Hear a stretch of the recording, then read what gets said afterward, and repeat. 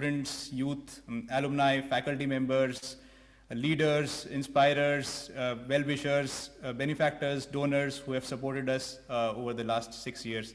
To present a brief report of what we have done in the last 1 year, I invite our Dean and co-founder, Shobhit Mathurji, for the annual report, please. Thank you.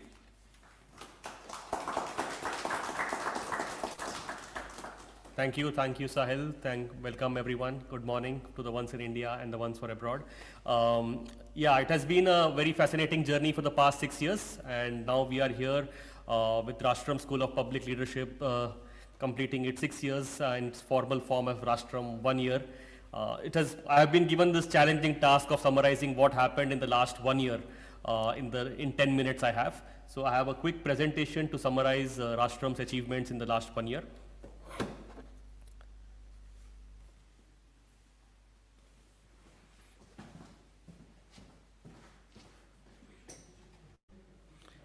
Yeah, so we had our founding day event of Rashtram last year on the 8th of November. It was an event in which was graced by 3 different public leaders whom we can think of. One was from academia, we had Makrant Paranjpeji. From the social sector, we had Phulbasan Bhai Yadav. And from the government or the politics, we had Gajendra Singh Shekhawat ji. It was a fascinating event where we had people from different domains come in. We had this event in Delhi, and since then we have now reached 1 year formally as Rashtram, and we have had different achievements from people from different sectors participating in this journey. I'll quickly have the presentation up.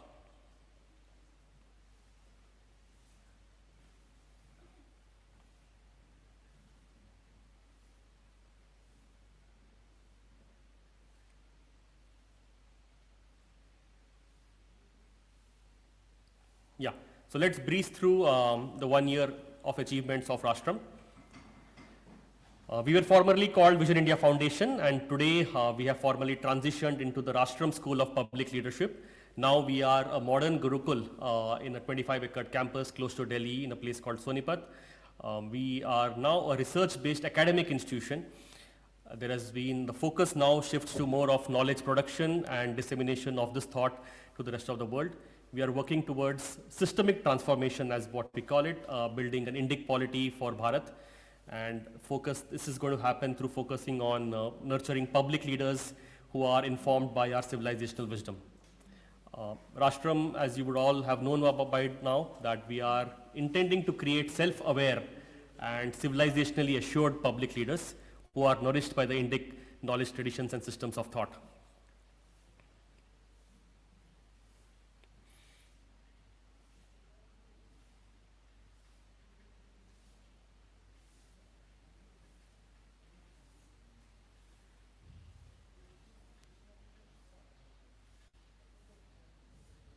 Just pardon the few technical glitches we have.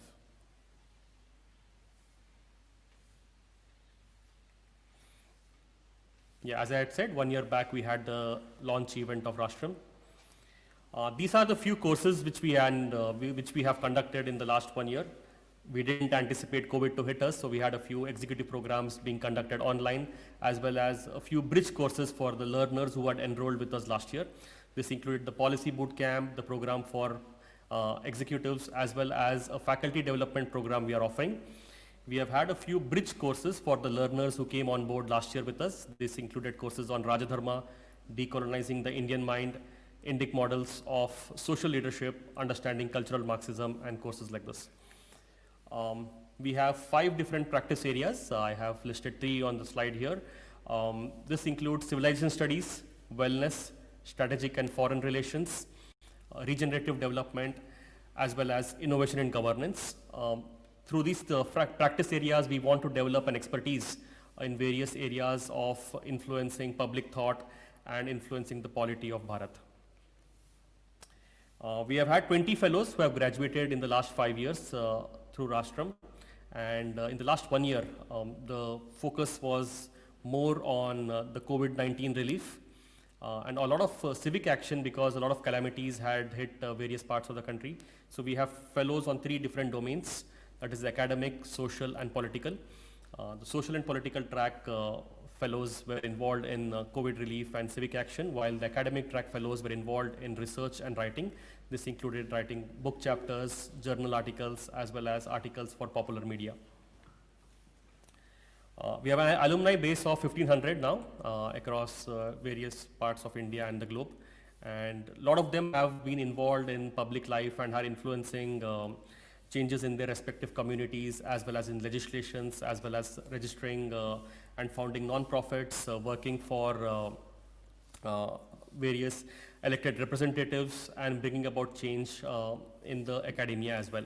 So quickly you can see some statistics listed there about how our alumni base is split and what are the areas of impact they've had. We are, as Rashtram, we want to forge partnerships both domestically and internationally, and we are identifying like-minded institutions who would align with our thought and work together. Most significantly, we have been able to forge a partnership with the Matsushita Institute of Government and Management in Japan. This is very significant because globally, when you have a look at organizations similar to Rashtram, you would find perhaps Matsushita is the one which stands out. They have been able to build an institution which has lasted for 40 years and produced many important public leaders for Japan. And we would be involved in knowledge sharing and exchanging delegations with them. Within India, we have had 3 significant partnerships. This includes the Chinmaya Vishwavidyapeeth, the Himalayan Institute of Alternatives in Ladakh, and Sonam is a part of that, and he'll be speaking next. And also the Sri Aurobindo Foundation for Indian Culture, with whom we are working jointly on some research projects. The Rashtram campus is a beautiful campus located at the Rishihood University in Sonipat, which is about 50 kilometers from Delhi. It's a 25-acre campus, and you can see the top view of the campus here. So we would want to build a modern Gurukul-like campus where students would be involved in living and learning together at the same time. So very fascinating mix of living and learning, as well as a pedagogical model we are trying to evolve at Rashtram. Now, what's the plan for next 1 year? 4 primary focus areas. Because of the COVID, we had to delay the launch of the Accelerator and the Masters program. So the inaugural editions of these flagship programs would be starting in July next year, and the admissions for that would open up soon. We are focused both on research and praxis. So we would want to influence scholarship and policy through research-based knowledge and practice. So this is a lot of work has been happening in the past 1 year, where we have taken time off teaching and focused more on research. We would continue to forge collaborations with various institutions across India and the globe. And very importantly, we want to make Rashtram into a learning organization, not just as teaching and offering courses, but also within the organization, we would want to be a learning organization which is continuously learning and evolving as the times change. So this is the plan for the next 1 year. We have been blessed by a lot of good well-wishers from across the country and the globe. We have a very eminent board of studies, including Dr. Nagaraj Patori ji, M.K. Sridhar ji, Dr. Guru Raj Kajagi ji, and Dr. R. Balasubramaniam ji, who are from different domains and have been guiding us consistently for the past 1 year. We have very eminent founding trustees as well, who have been gracious enough to support us at a time when we have not been, where we have had very small feet and starting to get off the ground. So they have trusted us and placed their faith in us. And again, they are from different parts of the world, including Australia and a few of them in India. We are establishing a very strong faculty and executive team. The names you could see there, and we continue to take in more people who would align with our thought and would bring in excellence to Rashtram. Thank you. I would like to conclude with this quote from Kautilya. Nations are built by leaders who master their senses, and we hope to live up to Kautilya's words and offer this to the country. Thank you.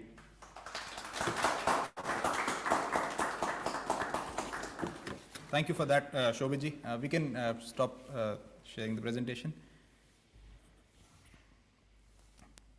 Thank you. So a lot of exciting things happening as we transform from VIF to Rashtram, and one of the major things is our transformation into an institution.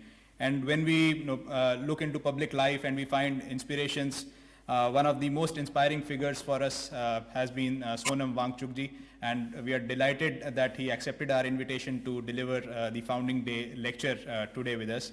A name that needs no introduction, an engineer, innovator, and educational reformist. We have been hearing of him since 2009 when the movie Three Idiots came into Bollywood, but he has been doing amazing work since much before then. He is the founding director of the Students' Educational and Cultural Movement of Ladakh, SECMOL. To fight the water crisis being faced by the farmers in Ladakh, he started the Ice Tupa project, a very interesting technique to store winter water. After successfully getting implemented in Ladakh, Sonam ji was invited to do this by public officials in Sikkim and eventually in Switzerland. He is an example of manifesting Atmanirbharta, which is evident in his own style of building his institutions in a traditional, sustainable way, using the resources available locally in Ladakh. His ideas on self-reliance against Chinese aggression received widespread applause very recently. Rashtram is proud to be partnering with a recent institution that he co-founded, the Himalayan Institute of Alternatives. Sonam ji joining us from Ladakh, please inspire us with the Founding Day lecture. Over to you. Thank you very much. Thank you, all of you at Rashtram and those present to be a part of this very important day in the life of Rashtram, the annual day. I bring my greetings from up here in the mountains. It's been rather cloudy and cold spell here, and the roads are closing, which makes Ladakh completely landlocked for the next 6 months. But I'm very happy today to be amidst people of like-minded vision for India and all parts of it. I'll try and share on this important occasion some of my journeys and my take on nation building. But since we are up in the mountains, away from most of the busy, hectic parts of the world, it might be somewhat different and therefore maybe refreshing for you. So whether it resonates completely or not, I'll be happy to share the perspective from across the Himalayas, where we are in a total desert in the sky, a very different life, and therefore take on life also. But what binds us together in a common thread is this vision for a great India, which based on self-esteem and self-assured, self-aware progress. Now, if I was to touch our country's greatest challenges and opportunities, and then take forward towards what leadership has to play in this critical juncture, and then in leadership, what our youth have to, a role that they have to play. Well, the biggest opportunity, as we always hear, for our country these days is our youth, our citizens, but among them are youth who are a great dividend, as we say, demographic dividend. So they are the biggest opportunity, and yet at the same time they are the biggest challenge also for the country, because it doesn't take long for the dividend to turn into a liability. And unfortunately, I feel we have to be much more aware and careful about avoiding that from happening. And I see much more desirable than what is happening in this field. We seem to be celebrating our youth, but we seem to be unaware how most of our youth are actually languishing in, the lack of exposure, education, and pride and self-esteem, which makes them rather difficult youth force that could be actually a liability. So for that to be corrected and for our youth to become a great dividend like nowhere else, which we have, like it or not, we have a reality of a large youth population.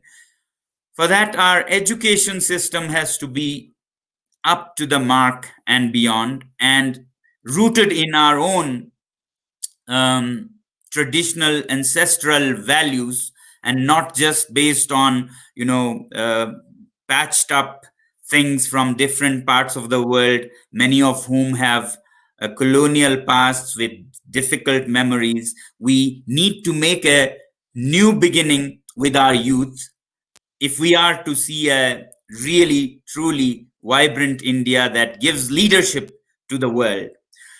However, the situation that we see in the interiors and the remote places, which many of you may not be exposed to when you are in Delhi, Mumbai, or Bangalore, the reality is that this great number of youth and children we have are really not in a great care or in good, safe hands.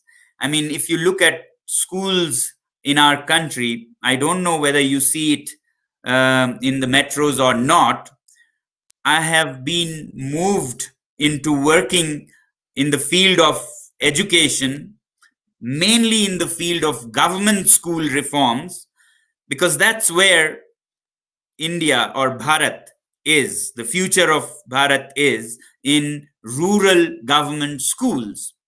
And yet, if you look at the conditions in these schools, then I find it sad to say that 95% of our schools in most of the country are actually lagging behind even sub-Saharan African standards, and 5% maybe of our schools are way ahead of even American standards. Now, this is a great contradiction which will not lead to progress or prosperity, but rather social unrest. It is a recipe for such wide gap. So you can imagine how a train which has a bullet train engine, but then the coaches are 1950s old and still outdated, you won't have progress. It won't be a uniform transition.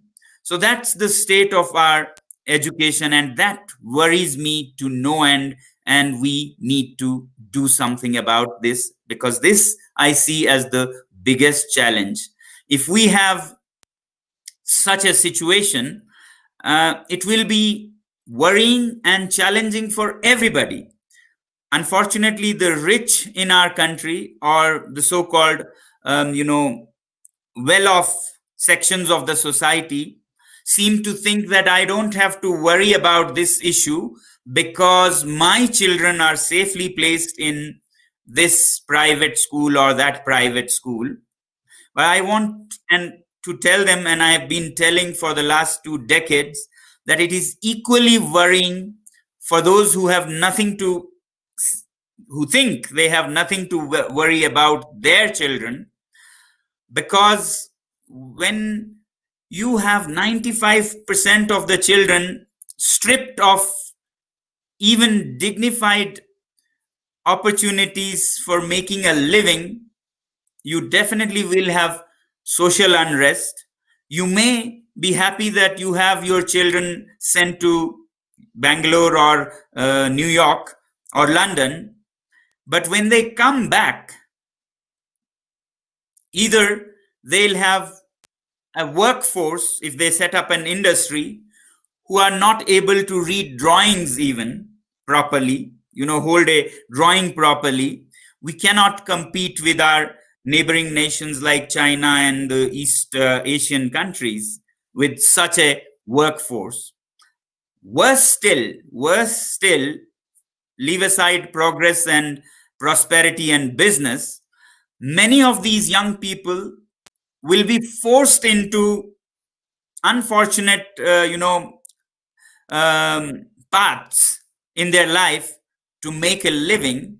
And I always tell my rich friends that you might end up protecting your child from such people who were forced into these actions because of a rough and depriving childhood, which didn't skill them enough to make a good livelihood. So they'll end up having guards on 4 directions and spend sleepless nights about just personal safety. Where's peace and progress when you have a large population who may be resorting to kidnapping, abduction, and so on? I used to say this long ago, but today when I open the newspapers, I see exactly that in abundance of gangs and groups who have abducted some rich person's child and have been asking for ransom. Well, these people could have become very good contributors to the nation's progress if we had taken care of their childhoods. But since we were only worried about our own children's school, many of them had to resort to such things, and today we have to pay with our peace of mind and our own personal safety. So therefore it's a duty for all, rich and poor, to make our education system really sound. Now you might think that the 5% have good education system. I said it may be better than those in America, but actually whether it is schools in America or the elite schools in India, they themselves lack so much. They have become just centers of listening to lectures and reading letters that are disconnected from life, that does not equip them or prepare them for real life after school. And therefore these so-called elite children come out somewhat handicapped, literally handicapped, because our education system is all about head. We perhaps got it as a legacy from the British, who defined schooling as the 3 R's of learning: reading, writing, arithmetic. Well, it's all to do with the head alone: reading, writing, arithmetic. But here in Ladakh and in India, in ancient India, we have always valued more than just the head. So we call it 3 H's. A bright head, yes, we need for all the sciences and algebras and so on, bright head, but also a skilled hand that can apply that learning to real life. Yet again, a head and a hand will be dangerous if they are not accompanied by a kind, compassionate heart. So therefore, the 3rd H is equally important. And in this field, I think India needs to teach the world of what education should be, rather than copying them blindly into something that only, enlarges our head, our children's head beyond proportion, fill them with arrogance of all the knowledge that they may hold. But when it comes to applying, they fail. They are handicapped, and they are hearty-capped also, because as we see, the higher educated or schooled, I would say, you seem to be, the less you are likely, unfortunately I observe, to care about others. How I see in so-called developed, progressive cities like Delhi and Mumbai, people lying on the road having met an accident and people just can walk past them. I can never imagine that in Ladakh. But now I start seeing such scenes in Leh city also, because we seem to be joining the so-called schooled if not educated.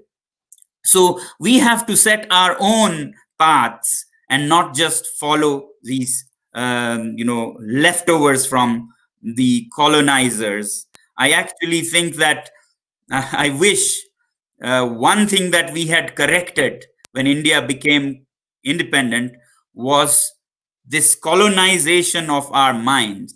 If I was around at that time, I would have advocated for, among so many ministries our new government must have formed at the time of independence, we should have formed a ministry of decolonization to bring back our minds and spirits on our own feet.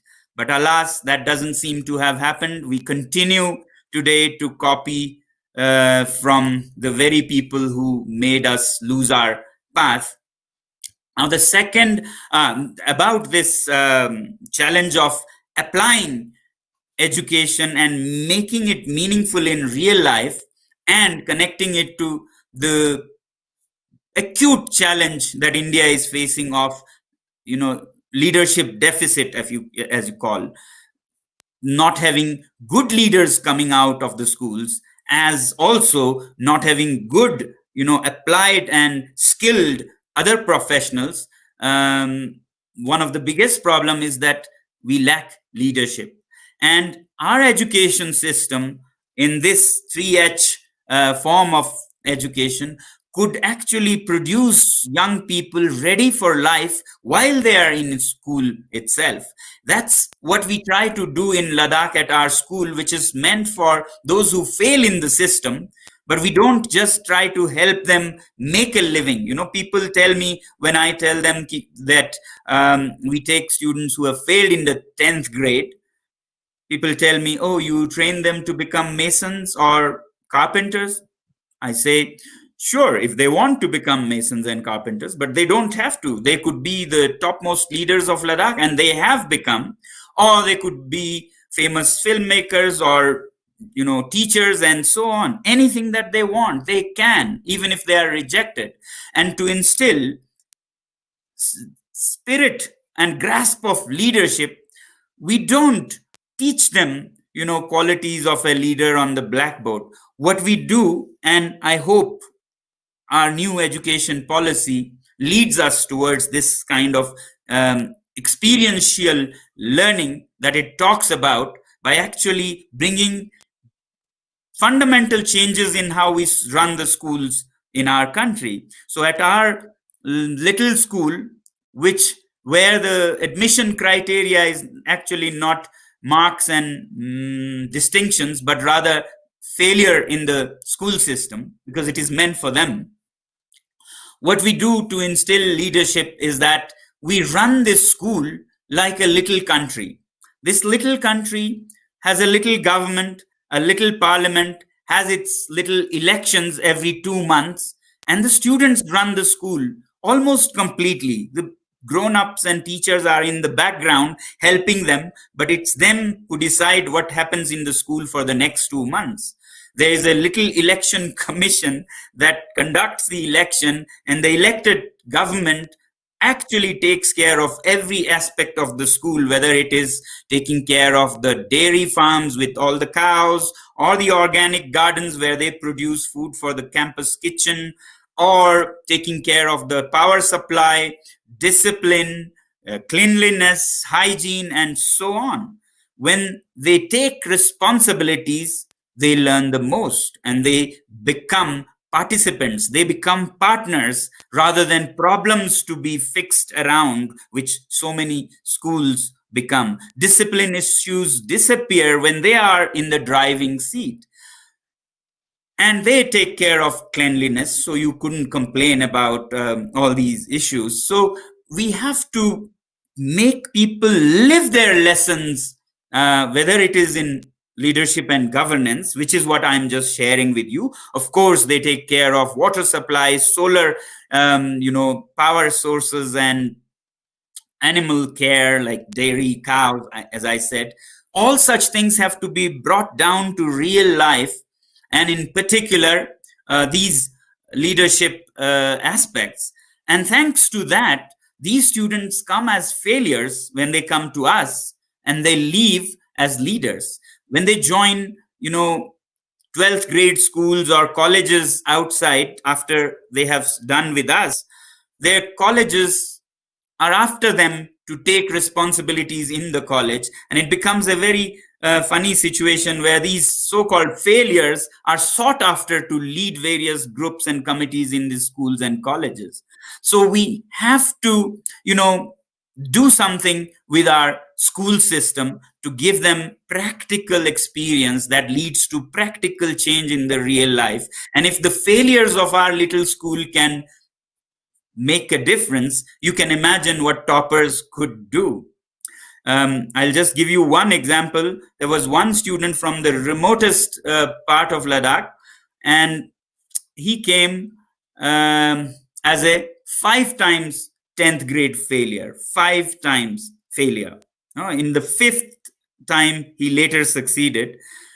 But at this campus where it is all self-motivated, self-driven, some spark came and magic started happening. He took it all upon himself and started learning, and then joined journalism to become a very good journalist. And then his village sought after him to represent them, became the education minister for the Ladakh Hill Council at 27, having failed 10th grade 5 times.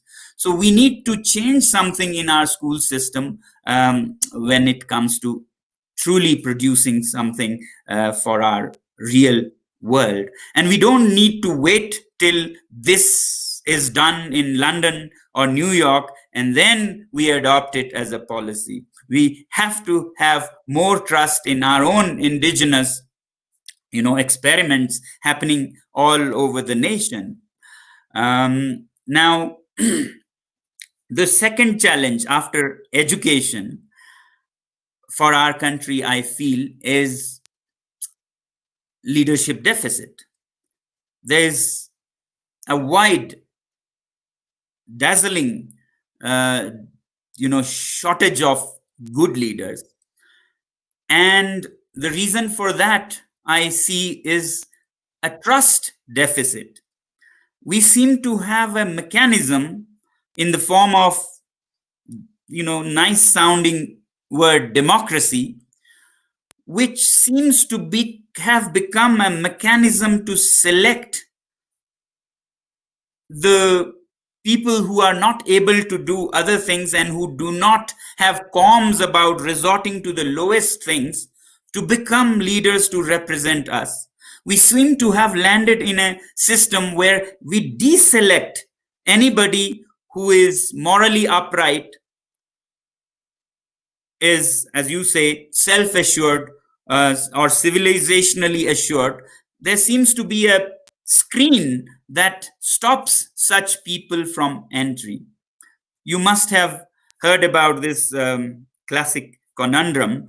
I've pondered a lot that in our system, in 10th or 11th grade, the best students who are very intelligent, very sharp, all leave around 12th grade to become engineers and doctors. The best brains of our country go for engineering and medicine. And then the remaining continue in other streams. And by graduation, the best among them leave to become administrators, bureaucrats, managers of companies and so on. So they have left. The second best batch of minds leave to become administrators and so on, managers and so on. And finally, we are left with those who could not become engineers and doctors, who could not become administrators, and very often who could not become any of the other things, become leaders, political leaders, and come on top of these very brighter colleagues or classmates that you had. So you have a situation where the backbenchers are at the top, making policies and leading the nation, and the second best are administering and working under those leaders, and the best ones are under these administrators, being transferred here and there and moved around I see there is this big problem in our country in what our democracy has become. Democracy perhaps is great. I have my doubts, but we have to mold it in our own needs. It doesn't need to be the same that was in use in UK or USA. We might have to make a democracy with Indian characteristics where, elders are respected and knowledge and experience is respected, and there's some form of selection or deselection. I know many people do not believe in having any qualification to become a leader of the country. Maybe that is good, or maybe that was good 70 years ago when, 2/3 of our country was illiterate. But today it is the other way. So maybe there should be some qualification, maybe not a degree, maybe a reverse examination where at least if you can't demand a degree or qualification, you could at least go sort of select all those who want to be, who aspire to be leaders. You don't have to take classes or exams, but you will be scrutinized to the fullest extent, by various agencies or institutions to look at your records and make sure that if you don't have great degrees, fine, but you don't have the opposite, a track record of, cheating people or crimes or scams and so on. Because there is no screening of anybody when it comes to the topmost people at the helm, we get people who have no, spine leading us. I know there are great exceptions who have given great leadership, but that was despite this system and not thanks to this system. The rest is left to kind of, you have a theory of natural selection. We have that powers evolution on this planet. We have landed in a process of democratic selection which has gone wrong, and we are on the backward evolution in leadership. So we must fix this. 70 years after, we need to take a retake on how our system has worked, how it has not worked, and fix what has not worked so that it doesn't go spiraling down and down and down to people with, scams and nasty track records coming to the helm. Because leaders are not just people who have won an election. Leaders are people who set the tone and taste and the ambience of the nation. People become what they see their leaders as role models. So therefore, if our leaders do not have moral high values and can easily come down to, bribery or scams and so on, everywhere else in our corporates, in our government officers, we come down to become one of the lowest in ratings in transparency in the world. The biggest challenge among these that India faces, I think, is the trust challenge, the trust deficit. It's very difficult today to trust our leaders or our bureaucrats or our, functionaries in different fields. And then trust is a very expensive affair. When you don't have trust, you spend so much more than any other country thinking you are putting in place systems. So many more people are hired to, put more layers and layers and layers. But when that element of trust is missing, no matter how many layers you put, they find their way of siphoning money or whatever. Ultimately, the nation ends up spending a lot and still having all the wrong things happening. So the next Abhiyan, I think, like Swachh Bharat and so many great Abhiyans, needs to be the Vishwas Abhiyan in India, whereby we can truly trust our leaders, our public representatives, our public functionaries. And whenever they breach this trust, there should be serious consequences. We seem to be a nation of, chalega, it's okay, you can get away with murder. If we can't screen other things, then at least we need to have a robust system of consequences that might deter. Otherwise, you might remember, gave a call of how China is bullying and we need to stand up to it, and our soldiers cannot be alone at the border. Citizens have to be with them with their wallet power and all that. Sure, our soldiers are doing their best on the border, but they can't do much for long if there is a corrupt system behind. If there are, institutions and organizations that supply them their guns, and the guns are second rate, poor quality, do not even fire, their dresses are substandard, with somebody making some gains in between, how can our soldiers confront an enemy when there is so much happening behind them that's not in their hands? And it's actually happening. If you look up, you will find that there are scams even in guns and dresses of the soldiers. So I sometimes say that the Chinese are not just on our borders, they have infiltrated into our country, into our cities, and maybe into our parliament even. Because we see the Chinese as ill wishers of our country who are bothering us, bullying us, and fighting us. But what are the people who are in our own government offices who are stopping good things from happening, letting wrong things happen just for a little personal gain, and making India lag behind our neighbors?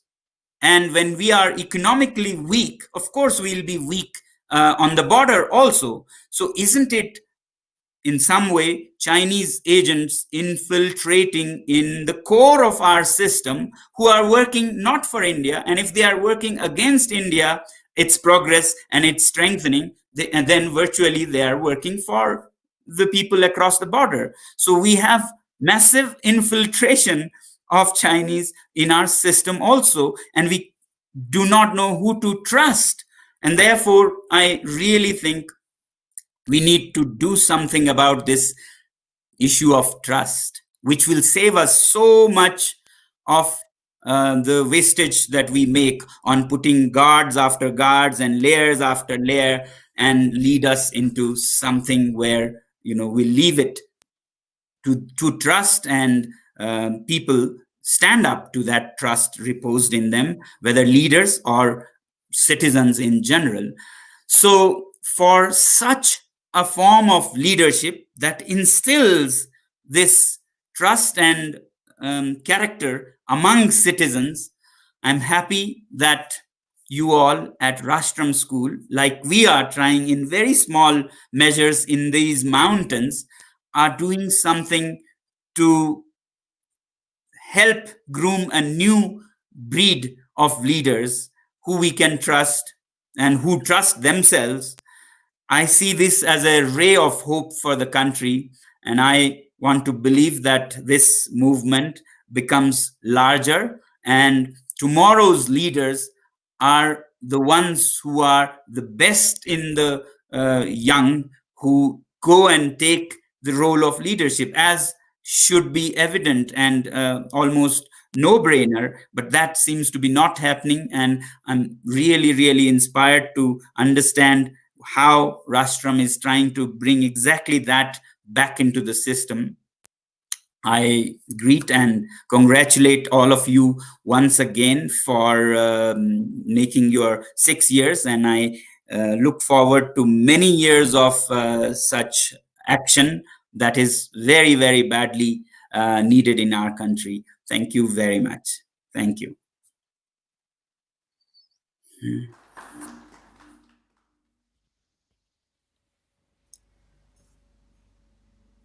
Yeah, any questions?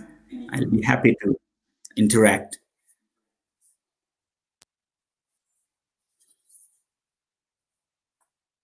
question how does it work?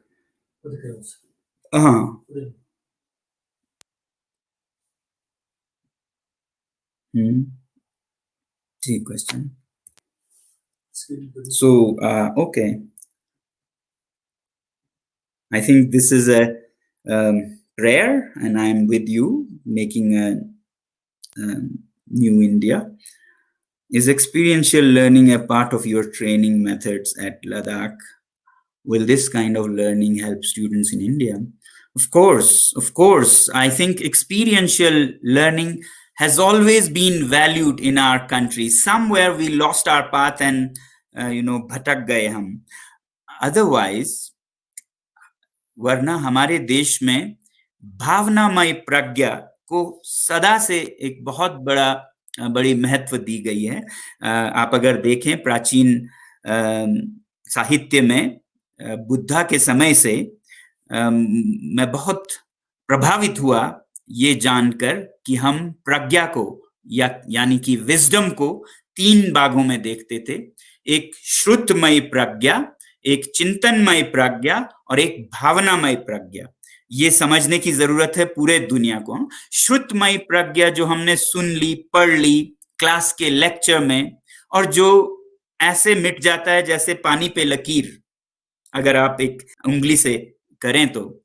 मगर चिंतनमय प्रज्ञा वो reflection, वो critical thinking है जो कि आप उससे एक और स्तर पे ऊपर जाते हैं। तो चिंतन, उस बात पे आप रिफ्लेक्ट करेंगे, एनालाइज करेंगे, इसकी जरूरत है। इसकी बातें हम बहुत सुनते हैं वेस्ट से आज, मगर हमारे ही अपने देश में ऐसी भावनाओं को बहुत महत्व दी गई। तो ये जब आप पूरा रिफ्लेक्ट करेंगे किसी चीज पे, उस विजडम पे, तो ये एक ऐसी लकीर है जो कि शायद रेत पे आपने खींची हो, जो कुछ दिनों तक टिक जाए पानी से ज्यादा। मगर तीसरा भावनामय प्रज्ञा, जिसमें कि आप उसमें समा जाते हैं, उस ज्ञान में, जो आप पे पूरे अस्तित्व पे समा जाती है, तो वो एक्सपीरियंशियल लर्निंग है। वो फिर पत्थर पे लकीर की तरह है जो कि बहुत लंबे देर तक रहता है। ये तो भारत की परंपरा है। चीनी परंपरा में आपने सुनी होगी, if I hear I forget, if I see I remember, if I do I know. तो ये है experiential learning. Do you feel enough attention is directed towards the remote parts of the country versus metros? Well, education के लिहाज से देखें तो मैं तो सोचता हूं कि even metros are badly neglected, except maybe in Delhi, where they are making a very good effort. I think all urban areas also need to take care of the people who cannot afford, expensive private schools. So half our country or more are left to themselves. If you go look into the system, just because the people who are making policies have their children safely placed in these private schools, people don't seem to be caring about government schools. And my dose for that, which I have been advocating for now 30 years, is that until we have our public representatives and public functionaries sending their children to the same schools that the people go to, in other words, government schools, things will not change. They'll just look at it as something to manage, but not something that touches their life or their children's life. So remote areas, of course, but even not so remote areas are suffering the same. It just takes a look at your neighboring municipality school to understand how the two Indias are different. But as I said, even the so-called elite schools are way behind in true meaning of education.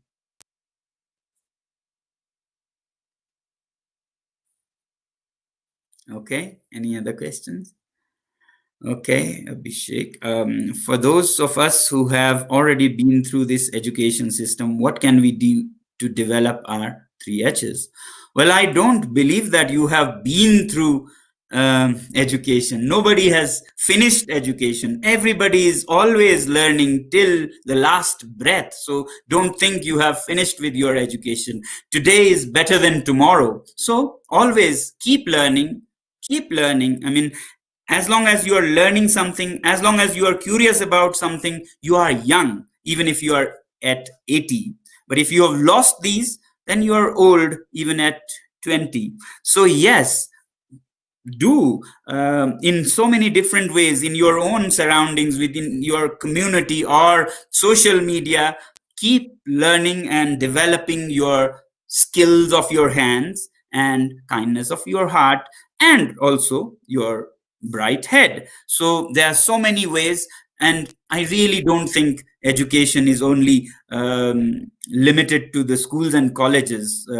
Actually, they are kind of a action scene. The real action begins when college ends, and true learning actually happens then. Till then, you are maybe sharpening your tools to learn things, but even that we don't do well, as I was saying. So therefore, consider learning as a lifelong process, and then you have all the time to, you have lost nothing. Indians are famously known as frugal innovators. Do you think this is our strength? What can we do to motivate Indians, people to innovate in their fields? Yes, we are known for what they call jugaad. Unfortunately, jugaad has some negative connotations. The reason, two big issues with frugal jugaad is that, again, it's to do with our education system. Jugaad is not respected as something that the world can take and upscale and so on. It's more for making do things around you. But it is much better than doing nothing. So we have rural India and we have urban India. The irony is that rural India is still vibrant with curious children whose confidence is not yet broken by colonial and other, pressures that we get in our school, in our society, and so on.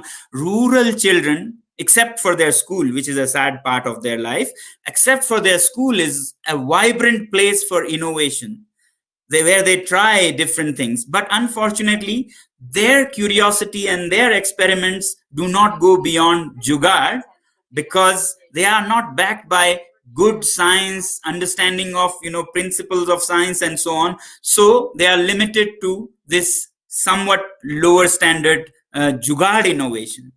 Urban India has all the backup of the best of science and maths and various support systems, but have lost their curiosity. They only can think of working for this corporate or that corporate, and making some money, and the routine path in life. So therefore they are not innovators. So we have innovators who don't have the educational backup, and we have educated who don't have that innovative, curious mind. So we have to bring these together so that India can provide solutions that are respected and they last generations.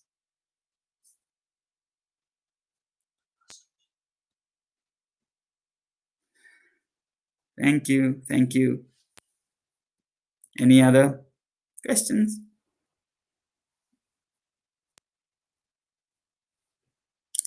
Okay, thank you very much. I think I have taken a lot of your time.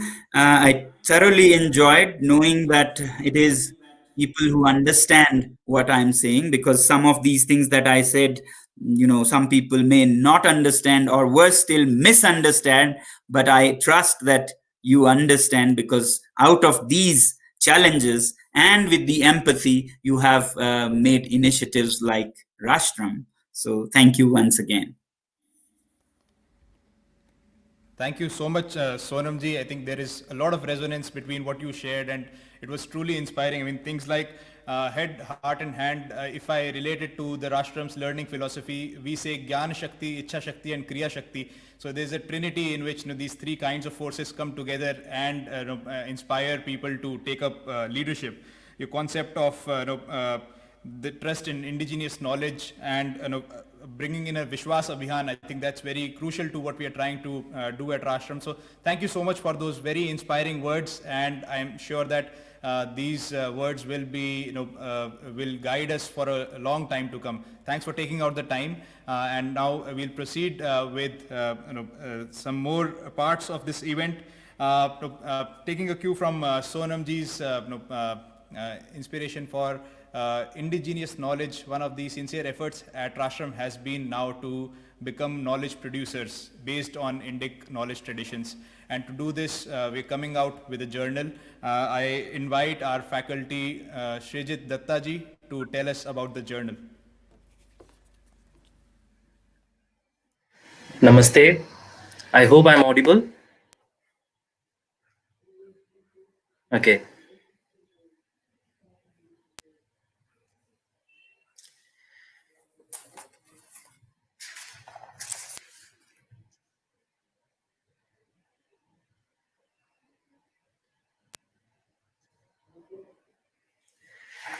Namaskar.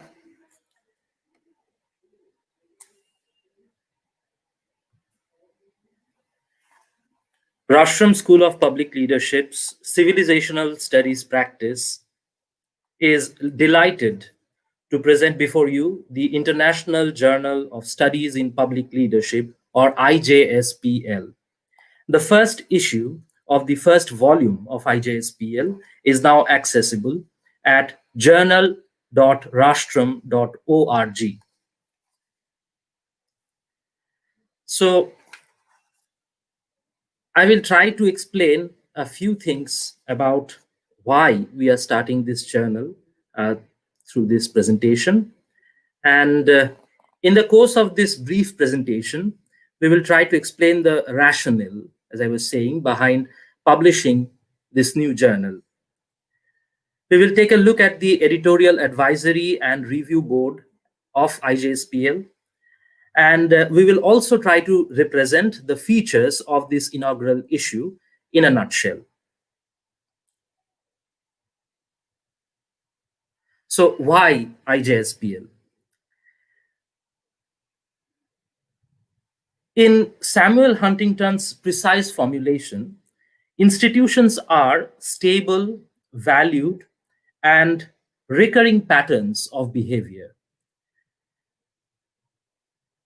Now, institutions can be of various kinds, like social institutions or political and even legal institutions. But for the present purpose, the kind that is most relevant to us is what we can call information institutions.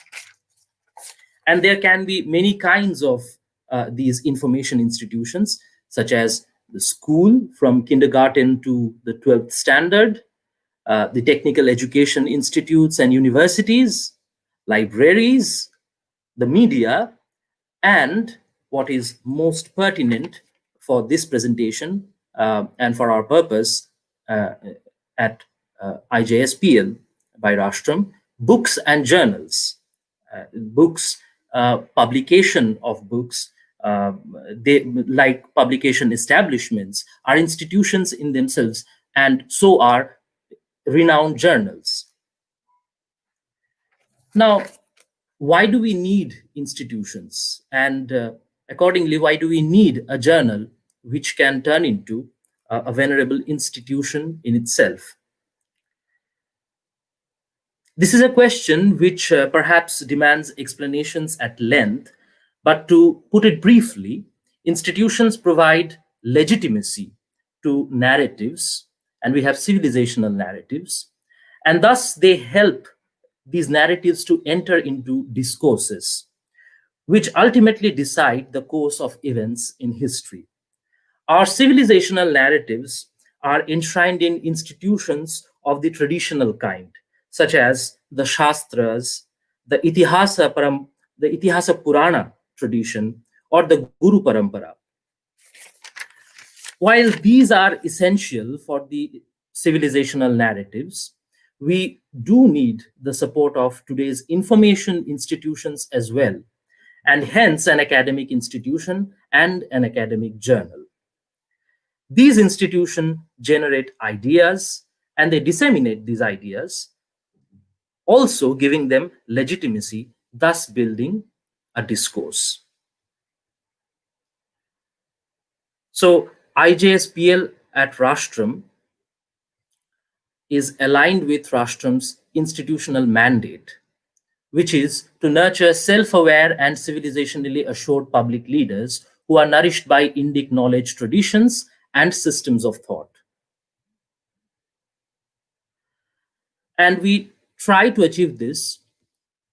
We try to fulfill the institutional mandate through knowledge production, and that can be done by publication of high quality research while striving to maintain open access to it so that maximum people can easily access research. And we also try to bring our focus on Indic knowledge systems so that IKS or Indic knowledge systems can inform the current discourses in academia, media, and public policy.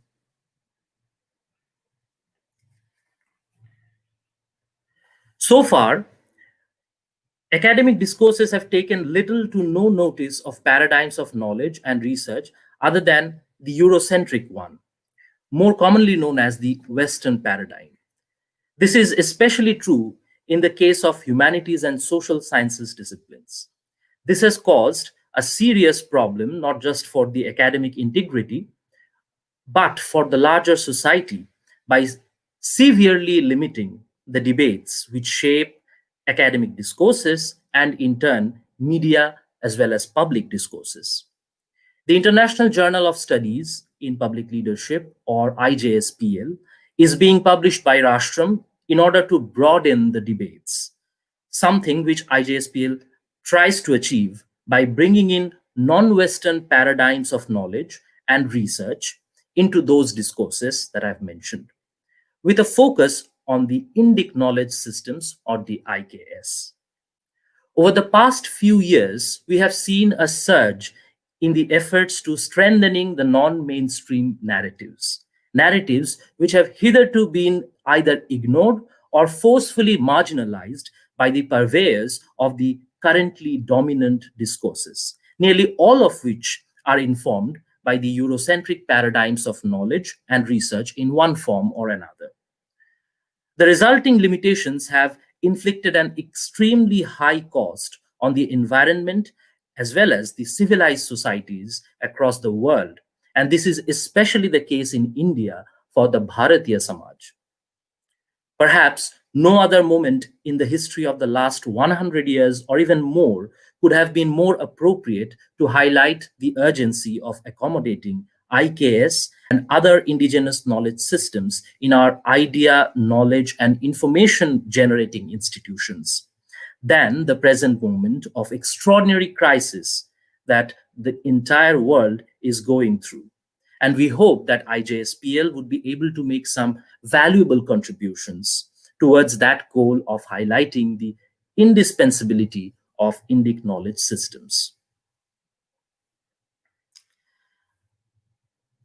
The core philosophy of learning and doing research at Rashtram is informed by Rashtram's goal of nurturing self-aware and civilizationally assured public leadership, as I was mentioning. And this is done by bringing together three elements: Jnana Shakti, that is ideas; Kriya Shakti, that is action; Ichha Shakti, or will. And all of these three elements can be brought together by and enshrined only in institutions. Hence, Rashtram School of Public Leadership tries to provide the home that all these elements need to come together and amalgamate with each other and create the self-aware and civilizationally assured public leadership that we need in India as well as in the world.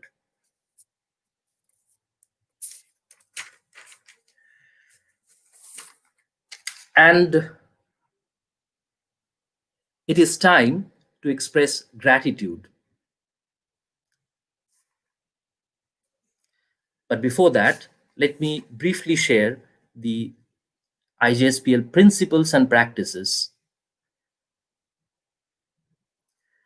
IJSPL as a journal depends on and also stands for the values of open access to research.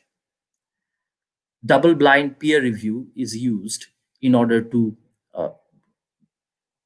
go through the contributions and publish valuable research. And over the next few years, we will be trying to index the journal in journal databases of repute. And we try to bring in multiple knowledge and research paradigms, and not just the Eurocentric Western one, which has been dominating the knowledge production scenario so far. And of course, we do this with a focus on Indic knowledge systems, or IKS. We have a very good editorial advisory and review board, which is supporting IJSPL. We have the honor of having the blessings of Professor Nagaraj Paturi as IJSPL's editor-in-chief. And we also have highly accomplished experts from various academic disciplines and with varied research interests supporting him. We have wide representation of scholars from across the country. In our editorial advisory board, we have the members of the board who are some of the most well-known names in the Indian academia. And also in the editorial review board, who help us accomplish the peer review process. We have experts in various fields such as economics, international relations, history, decision sciences, management, literary studies, Indic studies, and Sanskrit studies. And all these experts are authorities in the field in India as well as in the international academic community. We look forward to expanding the base of our editorial review board. Let me give you a brief account of the inaugural issue, IJSPL's Volume 1, Issue 1. In this issue, we have contributions which represent a comparative take on civilization-defining texts such as the Arthashastra or the Art of War. We have papers on technological solutions to governance issues. We have contributions which offer an analysis of leadership qualities based on key figures of the Indian freedom movement. Also, we have papers that present the dharma of leadership based on Itihasa Purana tradition, taking a look at characters from the Ramayana as well as the Mahabharata. We also feature papers which talk about application of Arthashastra and the insights which are derived from the Arthashastra in law in today's time. And we also have a book review of a book which talks about education policies. So this is the first issue in a nutshell. Now it is time to express gratitude, and on behalf of the team at Civilizational Studies Practice at Rashtram, I wish to extend my sincere gratitude to Professor Kamlesh Mishra, Honorable Vice Chancellor of Rishihood University, Professor Nitesh Bansal, Rishihood University, Professor Nagaraj Paturi, Editor-in-Chief of IJSPL, all the esteemed members of the Editorial Advisory and Review Board, our Journal Manager, Ms. Kavita Behelji, and our mentors at the Civilizational Studies Practice at Rashtram, Professor C. Rajendran, Professor Jyotirmay Tripathi, and Professor Michel Danino. And last but not the least, I wish to thank my team members at Rashtram, Sri Shobhit Mathur, Dean at Rashtram, Sri Raghava Krishna, Associate Dean, Sri Sahil Agarwal, co-founder of Rashtram as well as Rishihood University, Dr. Mala Kapadia, Director of Wellness Practice and Professor at Rashtram, Vinay H.A., Research Associate at Rashtram and my close colleague at Rashtram's Civilizational Studies Practice, the marketing and communications team, Rinaji, Abhishek, as well as each member of the team Rashtram. Thank you so much. Thank you. Thank you, Srijit ji. It was a very good overview that you presented about the journal, and I think the entire Rashtram team, including our well-wishers and supporters and alumni, are looking forward to this journal, which is bringing in a very important dimension to the intellectual discourse. Thanks for that. Now, we want to recognize and invite our well-wishers and trustees without whom this would not have been possible. I request the admin to bring our trustees and well-wishers to the screen. Anil Asthana ji, Ashwin Shroff ji, Harikiran ji, Rakesh Agarwal ji. If all of us can come on the screen. I would request you to share your remarks in this order. Anil ji, Ashwin ji, Harikiran ji, and Rakesh ji, please. Okay, thank Anil you. ji, over to you. Namaste, everyone. And thank you to Sahil ji, Shobit ji, and to the whole Rashtram team. I've been given 2 to 3 minutes, so I'll try to keep it brief. And I would really like to thank Shri Sonam Wangchuk ji, because his talk was very insightful. And I'm based in Melbourne, Australia, so I'd like to keep my spiel a little personal. And this Rashtram is an extraordinary institution, a fabulous foundation. And my journey with it has also been similarly extraordinary. Now, I thought I'd share some points as a diaspora outside of India. I'm a third generation Hindu, a third generation Indian, and my Dadaji grandfather left Bharat in the 1920s. So it's coming to my family 100-year centenary. But you may be surprised, the Indian diaspora outside of Bharat are very passionate about Bharat. They're very interested in keeping connected. They're very interested in wanting to contribute, but very often they simply don't know how to. Now, I grew up in a very traditional British town. My grooming had been done in a very traditional English education system. My medical school was through King's College London, yet my interest with the indigenous civilizational aspect had always been present. And again, I had not many opportunities growing up as I now have, and I'm very privileged to be part of the Rashtram leadership team.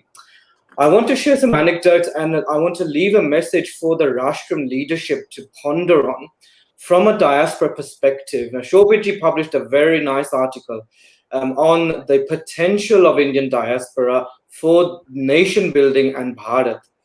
There are 31 million individuals of us outside of Bharat. That is not insignificant.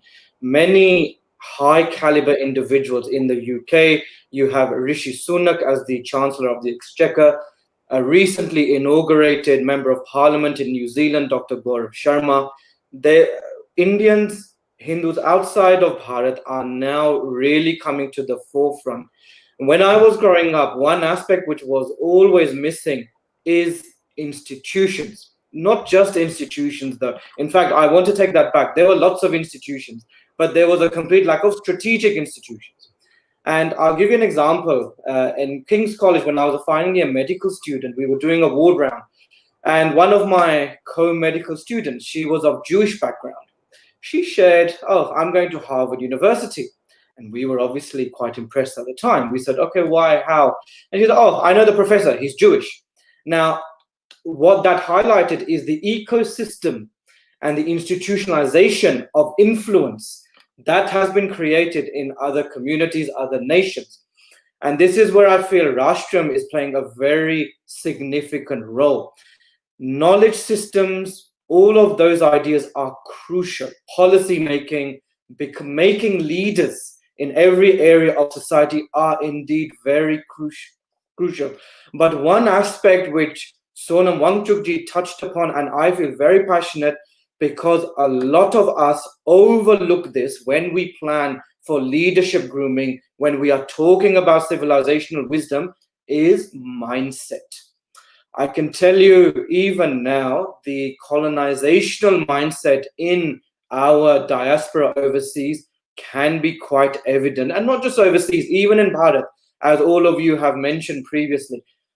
Simply demonstrating how scientific our knowledge systems are, simply demonstrating that our systems work, in my mind, is not enough. Very often we rush to justify. You know, if there is something of an achievement from our civilizational background or ancestry, I have found we often rush to justify and show the world, look, this works. There is this background, this support system, there is this evidence. Now, having evidence is crucial. I myself come from an academic background, so research, sound research, evidence-based is absolutely crucial. I am not negating it, but presenting that in an objective manner and presenting it in a manner to justify our previous achievements and existing knowledge systems are two very different but subtle differences. And what I would urge Rashtram to consider in this movement, in this institutionalization work moving forward, is to almost dedicate a bit of research work or some active grooming in the mindset region. Very often we quote Indian diaspora as being role models for overseas citizens. We are law abiding, absolutely. You know, we have done the highest rates of educational achievements overseas. We are law abiding, we are professional. But what happens is, in the name of integration, we become diluted. And very few people understand the difference between integration and dilution. I am all up for integration. We value ourselves overseas as integrating with society, but I am not an advocate for diluting our civilizational indigenous knowledge systems or our thought processes at the altar of someone else's knowledge system without having an intellectual conversation and having a very rigorous process through which curiosity, questions, experiences occur. So really, I know my time's going to be up soon. My humble request to everybody is, in the midst of doing this fantastic work with, you know, policy making, leadership in political realms, academia, social, community, grassroots level work, let's put a bit of attention to the mindset. Why do we as Bharatiyas have such low self-esteem? We could have a weekend conference on this, but these are just some thoughts I was very keen to leave with all of you. Rashtram is doing tremendous work, and in the next 1 year until our next annual function day, I would like to see more achievements, more collaborations, and more grassroots level work done overseas. Being diaspora, I feel that is where I will contribute to Rashtram as well as to Bharat. And just to finish off, again, in Shobhaji's article, there was a fabulous proposition of having, for example, a shadow cabinet of Bharatiyas living overseas to be involved with Bharat's nation building exercise. I really hope Rashtram can play a key role in this. So on that note, I'd like to thank all of the Rashtram institutions, the leadership, and a very humble namaskar from myself in Australia. Thank you very much.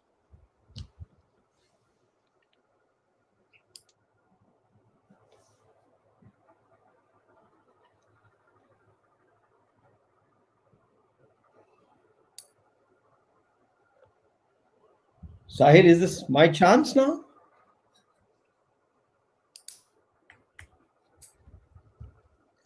Sahil? Okay. Thank you. I thought I was fourth in the line, so I was just waiting. So sorry about that. Namaste. Sri Guru Bhyo Namaha. It's over the last few years, we have seen several initiatives, and for something to transform itself into an institution is something which we have not seen. Very, very rarely we have seen such kind of institutional transformations. VIF to Rashtram is one such transformation that we have seen post-independence, which has transformed from an attempt out of passion to a sustained institutional initiative. So I first and foremost congratulate this transformation. So this recognition of this transformation on this founding day is itself a very, very auspicious beginning. Personally, for me, I have been interacting with VIF over the last 3 years. You know, there are, when you say IIM Ahmedabad or when you say IIT, the output from these institutions, you will see that there is a certain standard, there's a certain quality. One thing that VIF has successfully done right from day one is that the alumni, the output from VIF has that quality. They have been able to focus on not just numbers, they've just focused on quality. So you can actually identify and say somebody is interacting on the WhatsApp, somebody is interacting on a mail group, and you can point out and say, hey, this is a VIF alumni. That is the kind of focus that the team at VIF have given to quality, pedigree, the quality of an intellectual. And this is primarily because of the value system of the management. They have fantastic, the founders, Shobit, Sahil, Raghav, all of them complement each other in their skill set. And that's the kind of values that they have, that we will not compromise on quality. So you can see that if you just spend some time on the website, the kind of clarity of thought that comes through, that seeps through, I mean, it's just a pleasure. It's just I personally spend a lot of time thinking about frameworks, thinking about this thing, and I can recognize the kind of effort that all the team have put in to just come up with these concepts, the concept of Gnana Shakti, Ichha Shakti. I mean, these are powerful concepts which are indigenous knowledge systems that we have, and to manifest that self and present it to the contemporary audiences, conveying that, look, we want to create leaders, political leaders, civil leaders, academic leaders. We want to create leaders because there is, as mentioned, there is a leadership crisis, primarily because of lack of courage, too much of political correctness. There's a leadership crisis. And this institution, this transformation into an institution for leadership is, I would say, goes back to the 1940s when Aspen was set up. Aspen Institute was about leadership.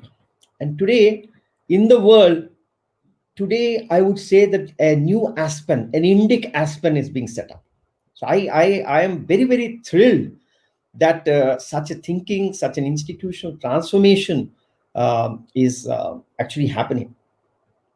Personally, for me, I'm honored to be anointed as a trustee. I do hope that I would be of add value and learn as much as I would like to contribute.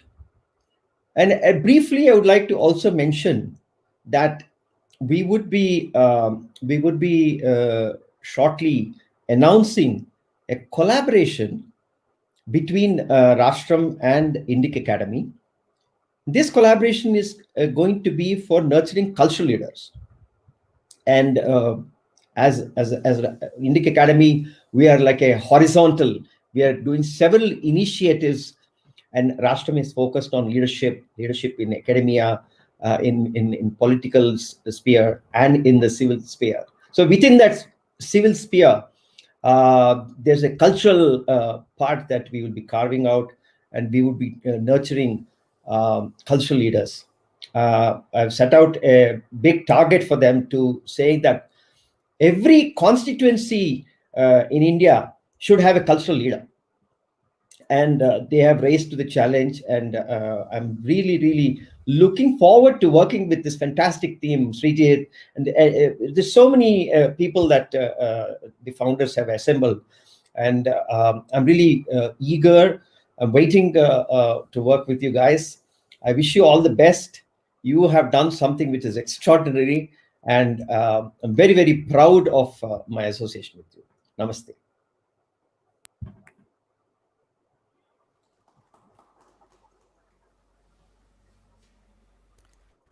Namaste everyone.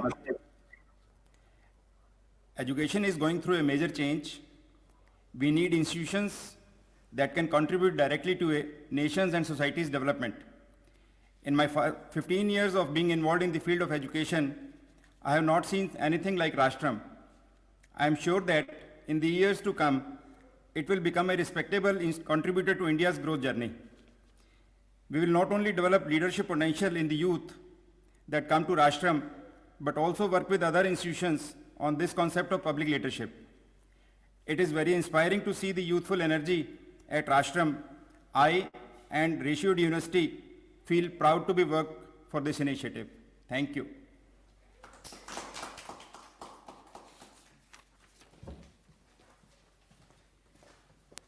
Our sincere thanks to all the trustees who have enabled us to come where we are today, and not just in terms of financial contribution, but a lot of ideas, guidance and blessings. Now it's the time to close the event with the final announcement of the Rashtram admissions for the coming year, for which I invite Shobit Mathurji, Dean and co-founder.